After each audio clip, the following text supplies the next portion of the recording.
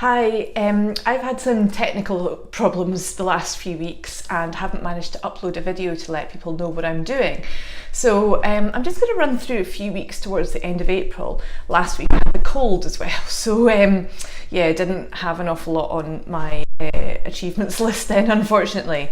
But the week before we had a meeting of full council at the end of April, beginning of May, and I had a successful motion at council which was asking the Transport and Environment Committee to take a look at how to use existing powers that the council already has to start to take goods off of pavements for sale. So outside of shops you'll see lots and lots of goods for sale, and it's particularly an issue in the city centre, but it's something which affects streets across the city where pavement space is taken up, and it's particularly a concern for people who have got mobility problems, people who perhaps can't see or have got issues with pavement width.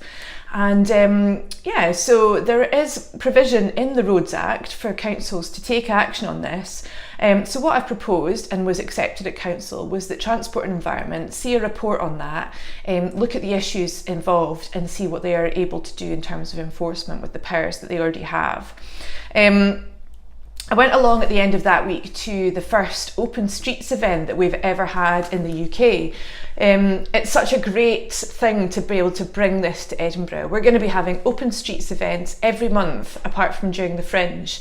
And what this means is some of the streets in the city centre will be closed to traffic except for a few priority users, and it means that the streets can be opened up for residents, for people who are visiting the city for the day, and you can use them to travel around, see things on foot that you wouldn't usually see, travel by bike, play, enjoy things that are happening there, and yeah, basically make the most of our city.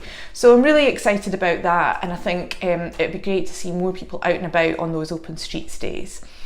And also I had a few pieces of work relating to tourism. So during April I hosted an event which was held jointly by the Edinburgh Old Town Development Trust and the Active Citizenship Group.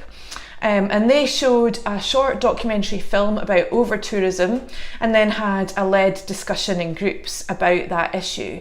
And so I was really pleased to be able to host that in City Chambers, provide residents with a place to talk about the issue of over-tourism, discuss it sensibly, think about the issues as they affect them, and then come up with some ideas of what they would like to do with that information and take action. So yeah, super to have grassroots action being taken on this issue that I think I hear a lot of people talking about.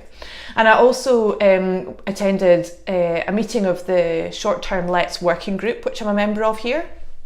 That's a cross-party working group, members from every political group in the council, and we have been doing a lot of work over the last, I guess now 18 months since it was formed.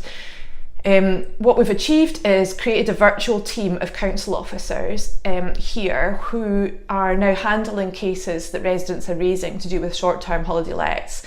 There are a lot of cases in the city which are causing problems, again, not just a city centre issue, something which affects many different districts of the city, but particularly of concern to me in the Old Town. And so we have a team now in place. Council officers are looking at cases that are coming in, they're taking action, they're making sure that residents are advised properly on what they're able to do, and they are ensuring that those rules and regulations that we already have got in place are enforced. The other thing that they're doing is liaising with the government on what regulations and powers councils do need that we don't yet have. So Scottish Government recently launched a consultation, and that's thanks to the work that we've been doing in Edinburgh, because if we had not been putting that pressure on the government, I don't think they would have opened this up for consultation. So if you are at all interested in this issue, then the call to action for you is to respond to the government consultation. Let them know what it is that you think that councils need to be able to do to act to take holiday lets back into residential use and ensure that affordable housing is available for people no matter where they live, whether it's a tourist destination or not, and what regulations need to be in place. I have lots of information about this, so if you're interested in following up and finding more about green policies, search for Homes First. And you'll find that on the Scottish Greens website, where I've been working with Andy Whiteman very much on this campaign. So that's a rundown. of the things that I've been doing over the last few weeks, and I'll hopefully not leave it so long the next time.